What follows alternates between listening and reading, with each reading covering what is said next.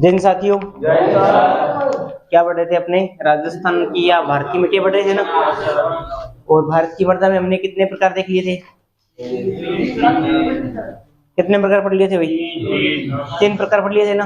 पहला प्रकार कौन सा था? दूसरा प्रकार कौन सा था? और तीसरा? भारतीय मृदा को कितने भागों में बांटा गया? अभी 8 भागों में बांटा गया है। मृदा दिवस कब मनाया जाता है? मृदा की अध्ययन को क्या कहते हैं? पेडोलॉजी कहते हैं। आज अपने बात करते हैं चौथी मिट्टी के बारे में बात करते हैं, जिसका नाम क्या है? लेटराइट मृदा। लेटेराइट मृदा।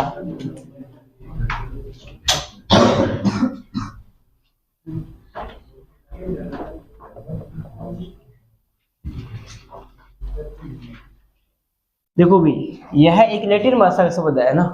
ये जो लेटेराइट है ये एक लैटिन भाषा का शब्द है, जिसका अर्थ क्या होता है? एंट। क्या अर्थ होता है भाई? एंट।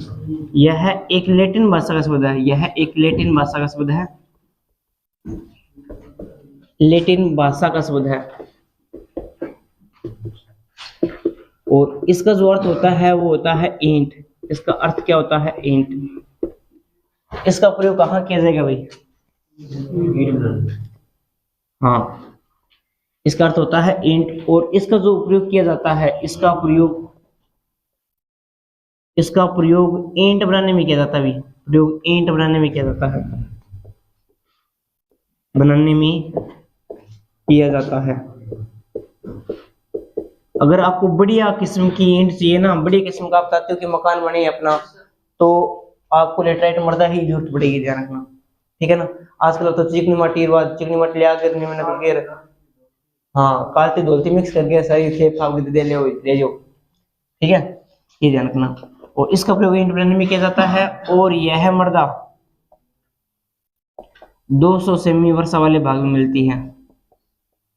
वर्षा वाले भाग में मिलती है।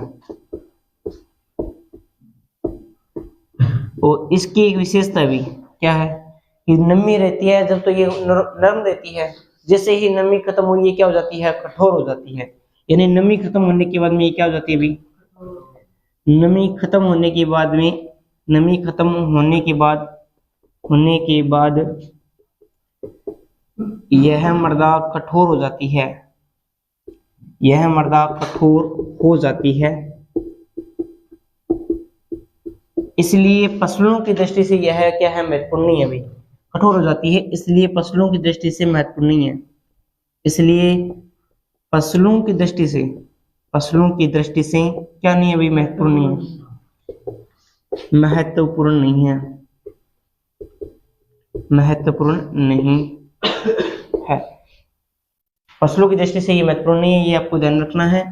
तो इसमें कौन कौन सी फसलें हो जाती है? वैसे सामान्यतः फसल तो नहीं होती है इसके अंदर, लेकिन रोपित फसलें हो जाती है। देखना, यह रोपित फसलों के लिए महत्वपूर्ण है। हालांकि चावल रोपित फसल है, लेकिन चावल यहाँ नहीं होती है। जैसे यहाँ पे ये चाय होगी, कॉफी होगी, है ना, मसाले होगी, ये यहाँ पे सर्वाधिक होती हैं फसलें हैं। गन्ना नहीं होता, महाराष्ट्र वाले साइड होता है, के लिए महत्वपूर्ण है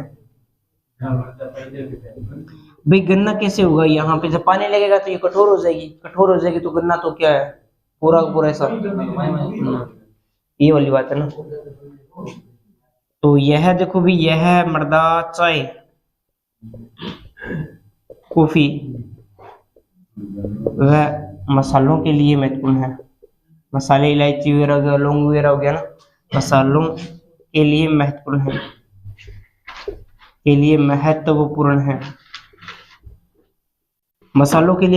है।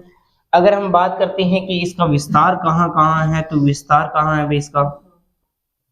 ये हो जाएगी असम के अंदर हो जाएगी। उसके बाद में अपने बात करते हैं तो नीचे थोड़ा सा कर्नाटक, केरल का भी आ जाता है, ठीक है। उसके बाद में अपने उधर की बात करते हैं तो ये आ जाता है दार्जिलिंग। दार्जिलिंग कहाँ पड़ता है? सिक्किम। उसके बाद में अपने इधर शिलोंग का पठार भी आ जाता है। शिलोंग का पठार याद है क्या?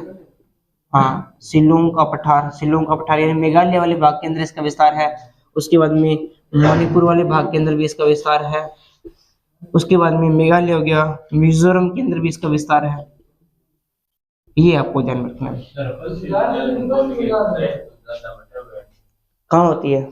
हाँ, पश्चिम वाले भाग के अंदर इसका विस्तार है। दार्जिलिंग 2 है तो एक थोड़ा है। सुरीनाम एक ही क्षेत्र है। सुनील को मान लो एक ही लड़का उसका सुरीनाम घने उसके तो। हाँ, वेस्ट बंगाल के अंदर भी होता है। वेस्ट बंगाल चावलों के लिए प्रसिद्ध है, वैसे ध्यान रखना, चावलों में प्रथम स्थान है। वेस्ट बंगाल ने लिखा क्या इसके अंदर? पश्चिम वेस्ट बंगाल भी लिख लेना। सर्वाधिक ऊंचाई वैसे असम वाले भाग के अंदर होती है, यहाँ पे ध्यान रखना। ये लिखो, उसके बाद में आगे और चलते हैं अपने। एक मर्द और करवाता हूँ आपको, लेटराइट के बाद में ब्रुसले मर्दा पढ़ेंगे, पर्वतीय मर्दा पढ़ लेंगे।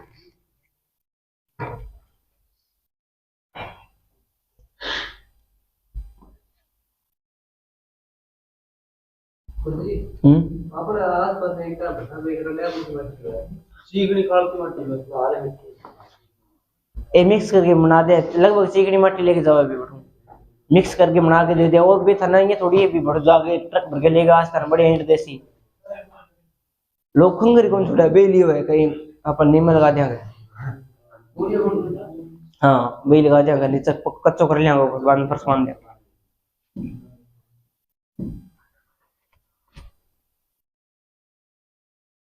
अपन के कम पैसा में सुविधा ज्यादा चाहिए हैं। काम मुझे पैसे ना लगे, आई चीज है।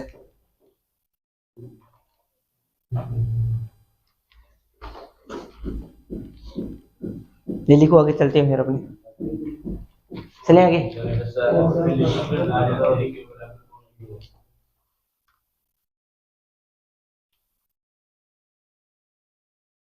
लेटराइट मृदा की बात की, यह एक लैटिन भाषा का शब्द है जिसका अर्थ क्या होता है? ईंट होता है। और इसका प्रयोग किसमें किया जाता है? ईंट बनाने में किया जाता है। और यह मृदा 200 सेमी वाली वर्षा वाले भाग में देखने को मिलती है। नमी खत्म होने के बाद में कठोर हो जाती है, इसलिए सामान्य फसलों के लिए उपयुक्त नहीं है। रोपित फसलें इसके अंदर हम लगभग ये महत्वपूर्ण है। चाय, कॉफी और मसाले यहाँ पे सर्वाधिक होते हैं। और असम, कर्नाटक, केरल, दार्जिलिंग है ना, ये शिलोंग के पठार वाले इधर वाले भाग में देखी जा सकती है? वो लिखा तो है पश्चिम बंगाल। हाँ, क्यों नहीं है? तो अभी तो बताया मैंने, अभी क्या कहा रहा था? 2 है, और क्या बताया था अभी?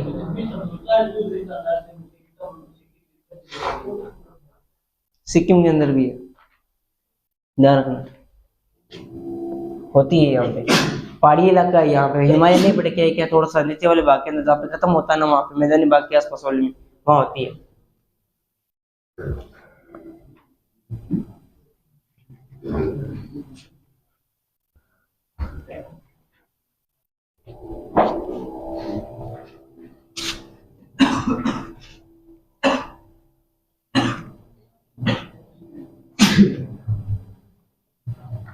चलो भी अपने आगे बात करते हैं। एक मर्दा और पढ़ते हैं अपने, पर्वतीय मर्दा।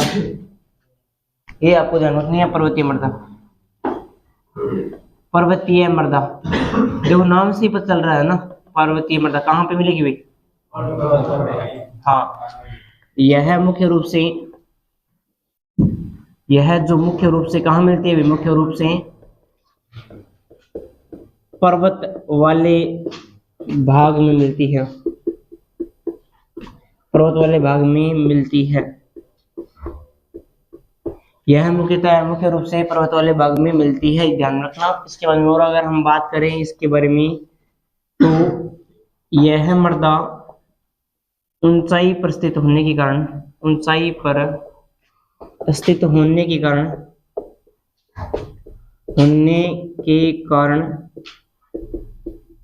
कार्बनिक व अकार्बनिक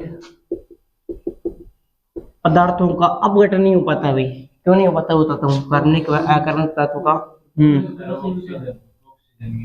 कार्बनिक व अकार्बनिक पदार्थों का अपघटन नहीं हो पाता है। अपघटन नहीं होगा तो ये क्या, ये उपजाऊ होगी? हाँ, जितना ज्यादा अपघटन होगा ना उतनी ज्यादा क्या होती है? मिट्टी क्या है? उपजाऊ होती है। ये ध्यान रखना, ठीक है ना। अगर आप ऐसा सोचो कि मान लो ये बंद कमरा है, इस बंद कमरे में मान लो कोई फसल बीजो आप तो क्या हो जाएगी, क्योंकि पूरा तापमान चाहिए, पूरा का पूरा उसको सूर्य का है ना वो सिस्टम चाहिए, ताप दाब पूरा प्रॉपर्ली चलेगा तभी जाके उसके अंदर फसल होती है। तो पदार्थों का अपघटन नहीं हो पाता है, झरना नहीं हो पाता है, जिस वजह से क्या भी, जिस कारण से यह मृदा, जिस कारण से यह मृदा फसलों की दृष्टि से इम्पोर्टेंट नहीं है अभी, फसलों की दृष्टि से महत्वपूर्ण नहीं है, महत्वपूर्ण नहीं है। अगर यहाँ पे फसल नहीं होगी तो क्या होगी यहाँ पे, हाँ यह मृदा फलों की दृष्टि से महत्वपूर्ण है, फलों की दृष्टि से महत्वपूर्ण है। कम है तो सही, वहां पे ऑक्सीजन तो मिलती है, क्यों नहीं मिलती है, वहां पे लोग नहीं रहते, रहते हैं ना, जम्मू कश्मीर में लोग नहीं रहते, उत्तराखंड में लोग नहीं रहते, दृष्टि से महत्वपूर्ण, यह मृदा फलों की दृष्टि से महत्वपूर्ण है, ये आपको ध्यान में रखना है। फसलों के लिए प्रॉपर तापमान नहीं है यहाँ पे, ये ध्यान रखना, बाकी तो यहाँ पे होते हैं, ये ध्यान रखना, फसलों को जितना चाहिए उसके अनुकूल नहीं है, ठीक है, ये थोड़ा सा आपको ध्यान में रखना है। अब देखो भी अपनी बात करते हैं इसके विस्तार के बारे में। देखो फलों की दृष्टि से महत्वपूर्ण है ना, इसलिए तो यहाँ पे पर्वतीय भागों में सर्वाधिक क्या होते हैं, फल होते हैं। आपने सुना होगा नाम है ना, बहुत बार भी सुना होगा, क्या सुना है, हाँ सेब, सेब का क्या लगा कश्मीरी सेब आ गया, यही सुने उसी, कभी ये सुने हो कि बिहारी सेब आ गया, बिहारी सेब आ गया, आ जाओ है, बिहार वाले भाग में होते नहीं है, चावल हुआ है बट तो हाँ ते कांदा खाते रह जो लड़ी। चलो सुनो भी आगे और बात करते हैं, इनके विस्तार के बारे में बात करते हैं। इसका विस्तार वहीं पे है जहां पर महान हिमालय का विस्तार था। महान हिमालय पढ़ा है क्या आपने, सारों ने पढ़ा है ना, जल्दी से विस्तार बताओगे, किस किस को पता है, पहले तो ये बताना, महान हिमालय का विस्तार के बारे में किस किस को पता है, महान हिमालय के विस्तार के बारे में किस किस को पता, हाथ खड़े कर लो, जल्दी कर लो तो टाइम हो रही, 5 जने आएंगे,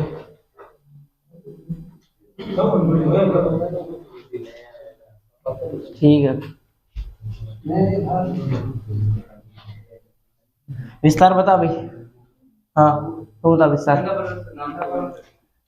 जी, राज्य बता,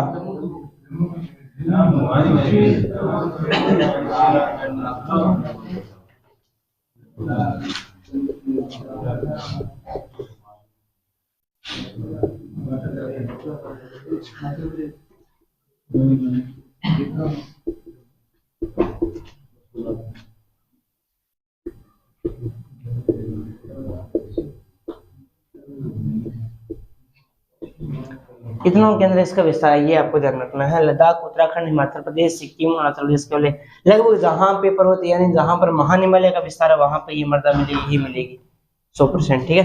ये छोटी सी मृदा है, इसको भी लिखो आप।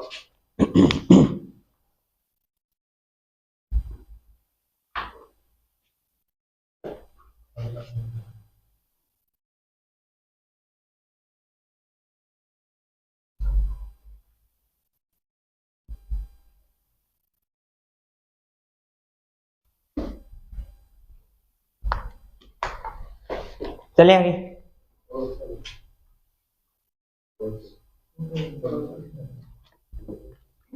पर्वतीय मृदा पढ़ ली हमने। यह मुख्य रूप से पर्वत वाले भाग में मिलती है। यह मृदा ऊंचाई पर स्थित होने के कारण कार्बनिक व अकार्बनिक पदार्थों का अपघटन नहीं हो पाता है, जिस कारण से यह मृदा क्या फसलों की दृष्टि से महत्वपूर्ण नहीं है। और यह मृदा फलों की दृष्टि से महत्वपूर्ण है।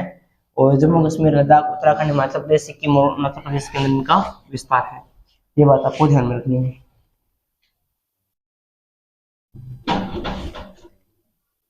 क्या बात पढ़ेंगे है?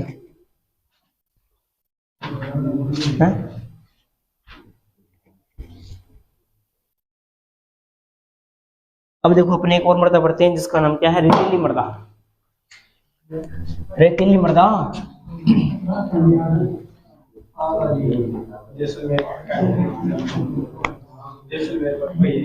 रेतीली मृदा या इसे बोलते हैं मरुस्थलीय मृदा। मरुस्थलीय मृदा।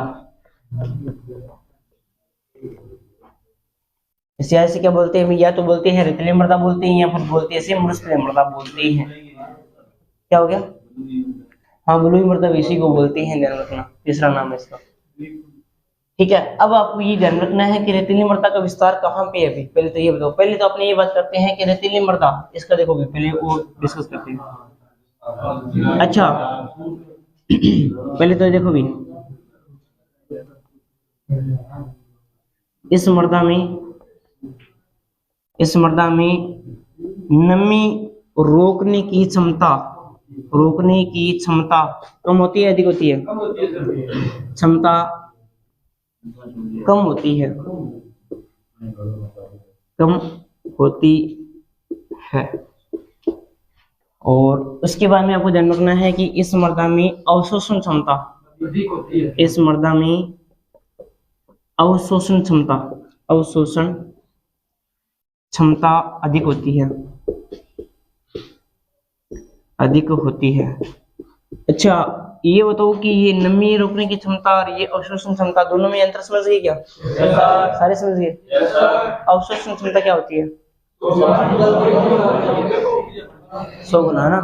हाँ, देखा होगा आपने, गाँव में राम का ब्याह शादी होता है, 100 रुपया देते कि एक ट्राली ले गए है नहीं? हाँ, ले गए, जागरण हुआ, जम्मू हुआ, मरक हुआ, परक हुआ, नहीं जो भी हुआ, एक ट्राली देते कि वही है रेता ट्राली पर अपना आदत की चलती है, बाकी पानी डोलते हैं ऊपर, डोलते हैं नहीं तो वह तो कैसे अपन पानी डोल वापिस देखा कितना पानी गायब, उसको बोलते हैं अवशोषण करना। यानी इस मृदा में अवशोषण क्षमता तो अधिक होती है, लेकिन नमी रोकने की क्षमता, पानी अगर मान लो रहता है तो थोड़ा सा पानी डोल दियो और थोड़ा सा अगर सूरज लगता सगी पानी बामन के जाओ, ये आपको नमी रोकने की क्षमता कम होती है ध्यान, ठीक है ना। उसके बाद में आपको ये ध्यान रखना है कि इस मृदा में मोटे अनाज की तरह मोटा रही मोटे अनाज की खेती की जाती है।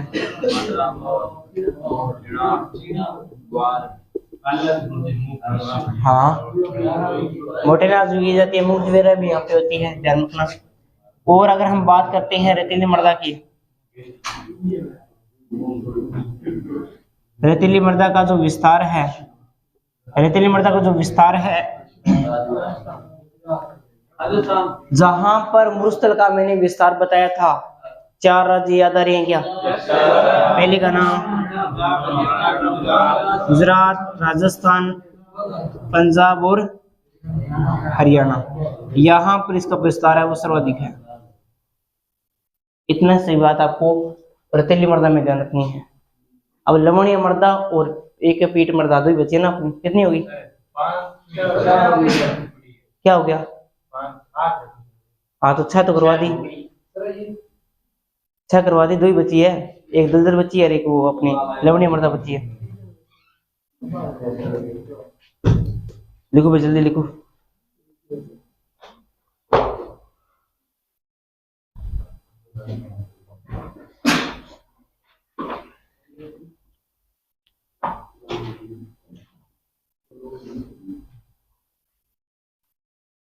आगे चलें क्या?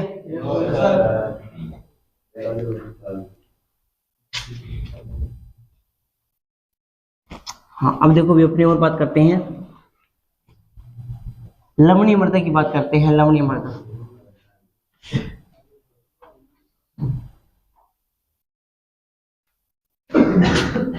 छोटी छोटी मृदा है, अभी हो जाएगी। लवणीय मृदा है, हाँ, लवणीय मृदा तो सेम मतलब खारी मृदा।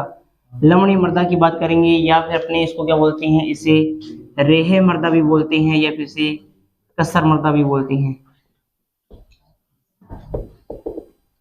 लवणीय मृदा, रेहे मृदा या कसर मृदा के नाम से भी जानते हैं। पहली बात तो ये ध्यान रखनी है कि यह जो मृदा है इसमें सोडियम क्लोराइड की मात्रा अधिक मिलती है, यानी क्या मिलती है? नमक की मात्रा। हाँ, इसमें सोडियम क्लोराइड की मात्रा अधिक मिलती है भाई, क्लोराइड की मात्रा अधिक मिलती है, मात्रा अधिक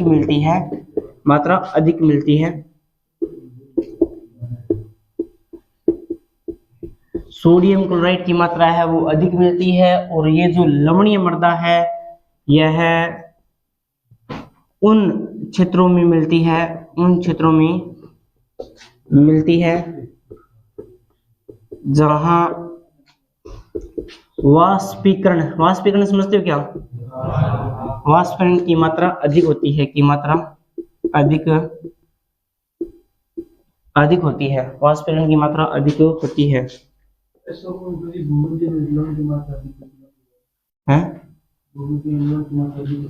भूमध्य में किसमें? भूमि में जरूरी नहीं है कि हर जगह पे हो। अब कहीं कहीं तो आपने मीठा पानी भी देखा होगा, कहीं खारा पानी देखा होगा, तो वो एक क्षेत्र विशेष होता है। जैसे अपने राजस्थान में बात करते हैं ना, तो अजमेर से लेकर, आपने नाम सुना होगा, अजमेर से लेकर नागौर के मध्य एक पट्टी पाई जाती है, जिसे कुबड़ पट्टी, टेढ़ा पट्टी, बांका पट्टी कहती है। तो वो एक विशेष वहां पे खारा पानी मिलता है। तो और राजस्थान में और जैसे तो यहाँ पे पोखरण से लेकर मोहनगढ़ के मध्य मीठी पट्टी भी तो है ना। जरूरी नहीं होता, अलग अलग क्षेत्र में अलग अलग मिलता है, कहीं कहीं पे मिलती है। ये जरूरी नहीं होती भूमि में सारी जगह है लवणता है, नहीं, ऐसा नहीं कह सकते आप। उसके बाद में आपको ध्यान रखना है, अगर लवणता वाली है तो क्या यहाँ पे फसल हो सकती है क्या? यह मृदा फसलों के लिए महत्वपूर्ण नहीं है, फसलों के लिए महत्वपूर्ण नहीं है। खारी मिट्टी है, खारी में फसल क्यों होगी भाई? यह मृदा फसलों के लिए महत्वपूर्ण नहीं है, महत्वपूर्ण नहीं है। यह मृदा फसलों के लिए महत्वपूर्ण नहीं है, ये बात आपको ध्यान में रखना है। उसके बाद में तो यहाँ पर क्या होती है, यहाँ नारियल की खेती, यहाँ पर या इस मृदा में नारियल की खेती, इस मृदा में नारियल की खेती सर्वाधिक होती है भाई, नारियल की जो खेती है। अब बता दो भी कहाँ कहाँ इसका विस्तार हो सकता है? बुझिए, इस मृदा में नारियल की खेती सर्वाधिक होती है।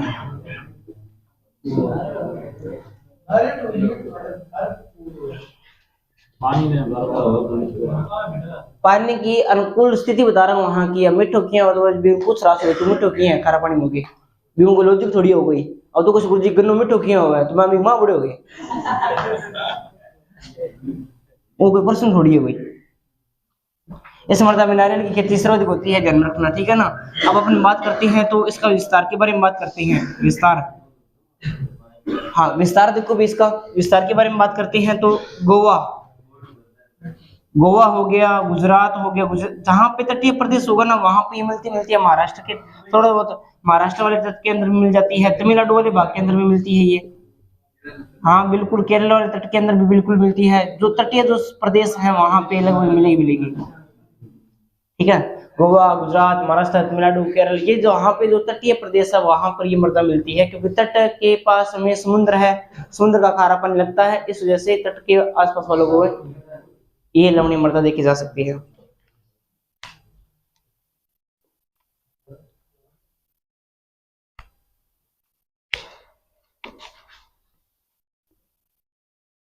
वैसे लवणीय मृदा छोटी सी है या कसर मृदा के नाम से जानती हैं। इसमें सोडियम क्लोराइड की मात्रा अधिक रहती है।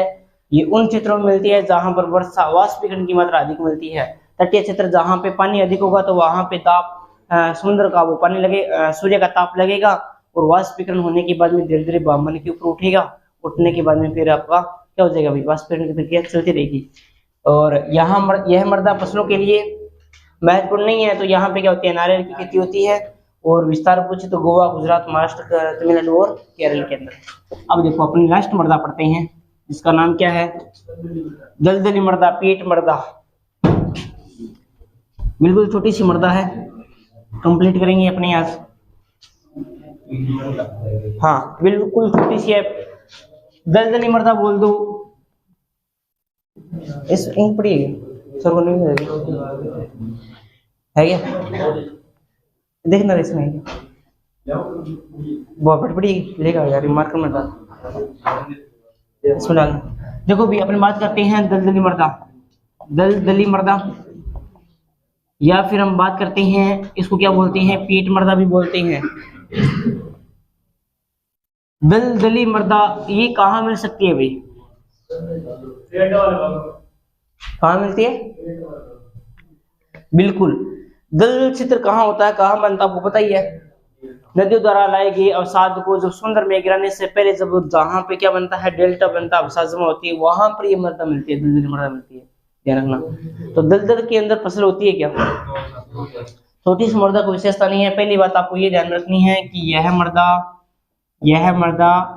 डेल्टा क्षेत्र के अंदर, डेल्टा क्षेत्र में विशेष रूप से मिलती है, विशेष रूप से मिलती है,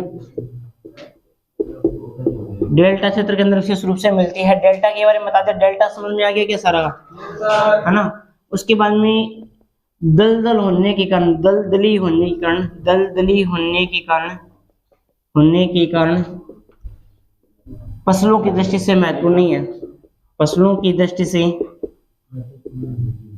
महत्वपूर्ण नहीं है। ये बात भी आपको ध्यान में रखनी है कि दलदली होने के कारण फसलों की दृष्टि से महत्वपूर्ण नहीं है, और यह मृदा डेल्टा क्षेत्र के अंदर विशेष रूप से मिलती है, जिसके अंदर आपने इधर बात कर सकते हैं सुंदरवन का डेल्टा हो गया, गंगा का हो गया, इधर नहीं इसके पास में ये जैसे अपने बात करते हैं ना, यहाँ पे आपको पता होगा सुंदरवन का डेल्टा हो गया, और गंगा व ब्रह्मपुत्र नदी वाला डेल्टा हो गया, गंगा नदी का डेल्टाई भाग, और इधर अपने ब्रह्मपुत्र नदी का भी डेल्टाई भाग। ये यहाँ पर ज्यादा मिलती है, कोई विशेषता नहीं है जिनका अपने वर्णन कर सकते हैं, ये थोड़ा सा ध्यान रखना भाई। ये गंगा और ब्रह्मपुत्र नदी जब मिलती है ना, तब मिलता है पश्चिम बंगाल के अंदर बनता है। विश्व का हाँ सबसे बड़ा है डेल्टा, मैंने लिखा रखा है किसका, क्या मन तो फूल को ध्यान को नहीं तेरा, देखो तू बता दे।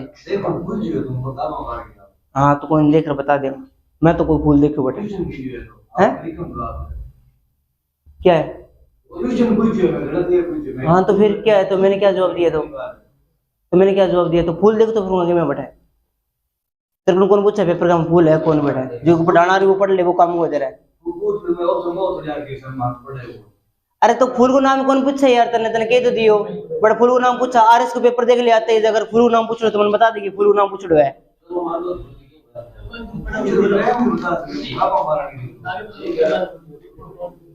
ओए बंद करी, ओए बंद करी,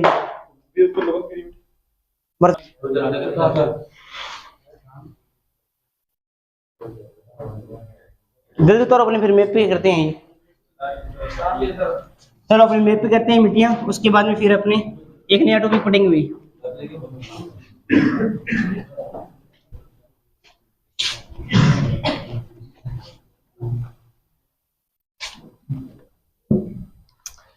अब अपने करते हैं मैप के उत्तर मिट्टियां करते हैं ना, मैप के अंदर आपको बता देता हूँ।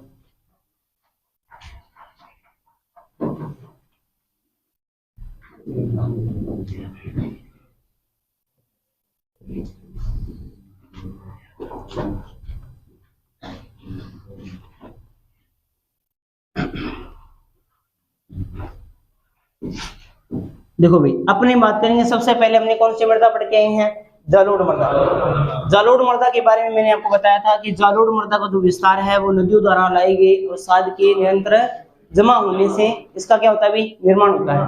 अब जालोड़ मृदा यहाँ से देखो भी इस प्रकार से, ये जो मृदा दिखाई दे रही है, ये जो क्षेत्र है, यहाँ पे कौन सी मृदा मिलेगी भाई, क्योंकि यहाँ पे कौन सा है, उत्तराखंड, उसके बाद में ये क्या है, कौन सा आ जाएगा, उत्तर प्रदेश आ जाएगा, उसके बाद में यहाँ पे बिहार आ जाएगा, बिहार के बाद में फिर आपका कौन सा आ जाएगा, ये वेस्ट बंगाल आ जाएगा ना। ये इस प्रकार से अंकित कर रहा हूँ, इसको ध्यान में रखना, अलग अलग प्रकार से बनाते हैं अपने मैप के अंदर, फिर समझ में आएगा आपको। ये अपना आ गया पूरा पूरा, ये जो मिट्टी है, इस मिट्टी का कौन सी मिट्टी का नाम क्या है, ये है आपकी जालोड़ मृदा, ये आपकी जालोड़ मृदा। थोड़ा बहुत विस्तार इसका मैंने बताया था कि जहां से ये नदी आती है, कौन सी, ब्रह्मपुत्र नदी आती है, यानी असम के अंदर भी इसका विस्तार है, ये बात भी आपको थोड़ा सा ध्यान में रखना है, ठीक है। उसके बाद में सेकंड नंबर पे हमने कौन सी मृदा की थी, लाल व पीली मृदा की थी। लाल व पीली मृदा का मैंने विस्तार कहाँ बताया था, याद आ रहा है क्या, लाल व पीली मृदा का विस्तार। एक तो देखो थोड़ा बहुत राजस्थान में भी, कहाँ पे, बूंदी के अंदर, इसको ऐसे मानते हैं, अंकित करते हैं, ये बूंदी वाले भाग के अंदर थोड़ा बहुत। उसके बाद में थोड़ा बहुत भाग आता है एमपी वाला भाग आ जाता है, उसके बाद में आ जाता है थोड़ा बहुत भाग इसका गुजरात के अंदर भी आ जाता है, उसके बाद में थोड़ा भाग ऊपरली भाग आ जाता है किसका भी, महाराष्ट्र का। थोड़ा बहुत भाग आता है इसके अंदर छत्तीसगढ़ का आ जाता है, ये छत्तीसगढ़ वाला भाग भी इसी के अंदर आता है ना। और थोड़ा बहुत भाग इसके अंदर यहाँ आता है उड़ीसा वाला। ये इतना मेन आपको ध्यान रखना है। ये जो तारों वाला ये जो है इसका हम क्या बोलेंगे, लाल व पीली मर्दा, लाल व पीली मर्दा के नाम से इसे जानेंगे। ये बात भी आपको ध्यान में रखनी है। उसके बाद में हमने देखना है, क्या देखना है, ये स्टार से बनना है और ये ऐसे गोले से। तीसरी मर्दा हमने कौन सी देखी थी, काली मर्दा। मैंने आपको बताया था कि काली मर्दा है वो कहाँ मिलती है, काली मर्दा को लिखती हैं अपने से। एक तो आगे यहाँ पे ये आ गया आपका कौन सा भी, कर्नाटक, यहाँ थोड़ा आता है। इसको अलग से अंकित करते हैं। इसको कैसे लिखते हैं, इसको बनाते हैं अपने ऐसे बनाते हैं। ये आपका गुजरात आ गया, गुजरात के ऊपर ये आपका कौन सा आ गया, राजस्थान में भी इसका विस्तार है। उसके अलावा अपनी बात करते हैं तो महाराष्ट्र में भी इसका विस्तार है, और महाराष्ट्र के अलावा इसका विस्तार गोवा यहाँ रहेगा ना, यहाँ थोड़ा बहुत इसका भाग ऊपरी कर्नाटक के अंदर आता है। मेन बात आपको महाराष्ट्र, गुजरात और राजस्थान के अंदर आपको ध्यान में रखना है। कौन सी मृदा मिलती है, काली मृदा मिलती है। ये बात आपको ध्यान में रखनी है। उसके बाद में आप देखो भी, उसके बाद में और कौन सी मृदा मिलती है, तीसरे नंबर पे हमने बात की थी लेटराइट मृदा की, ईंट वाली मृदा की बात की थी। ये जो मृदा मिलती है वो मृदा कहाँ मिलती है, ये मिलती है कहाँ पे, केरल वाले भाग के अंदर मिलती है। और कहाँ मिलती है, और मिलती है यहाँ पे, ये जो पठार है शिलोंग का जो पठार है यहाँ पे मिलती है। और यहाँ पे मिलती है, ये मणिपुर वाले भाग में भी मिलती है ना, मणिपुर वाले नागालैंड वाले भाग के अंदर भी, यहाँ पे ये मिजोरम और त्रिपुरा वाले भाग के अंदर भी इसको ये देखी जा सकती है। ये जो मृदा है इसका नाम क्या है, लेटेराइट मृदा है। उसके बाद में हमने कौन सी मृदा पढ़ी थी, उसके बाद में हमने पढ़ी है पर्वतीय मृदा पढ़ी है। पर्वतीय मृदा का देखो यहाँ से विस्तार, पर्वतीय मृदा को बना रहा हूं मैं ऐसे।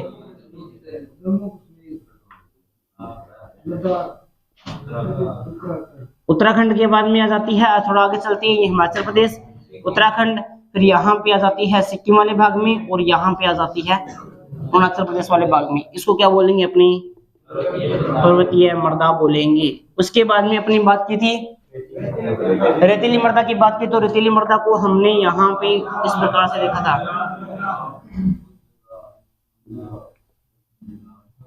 पंजाब, हरियाणा, राजस्थान और यहाँ पे ये गुजरात वाले भाग के अंदर भी ये जो मृदा है, इस मृदा का नाम क्या है, रेतीली मृदा। पर्वतीय मृदा कहाँ गिरे, रेतीली मृदा है, इसका नाम ध्यान रखना, ठीक है ना। ये है रेतीली मृदा, ठीक है ना। ये पूरी आपको ध्यान रखनी है, यहाँ से लेकर यहाँ तक ये फैली हुई है। और देखो भी, और कौन सी मृदा पढ़ी थी हमने, लवणीय मृदा पढ़ी थी। तो लवणीय मृदा का जो विस्तार है वो यहाँ पर इसे किनारों पे, और इधर भी थोड़े बहुत ये उड़ीसा और इसके तट पे किनारों वाले भाग में जो मृदा मिलती है, इनको हम क्या बोलेंगे, यहाँ बोलेंगे लवणीय मृदा बोलेंगे, लवणीय मृदा।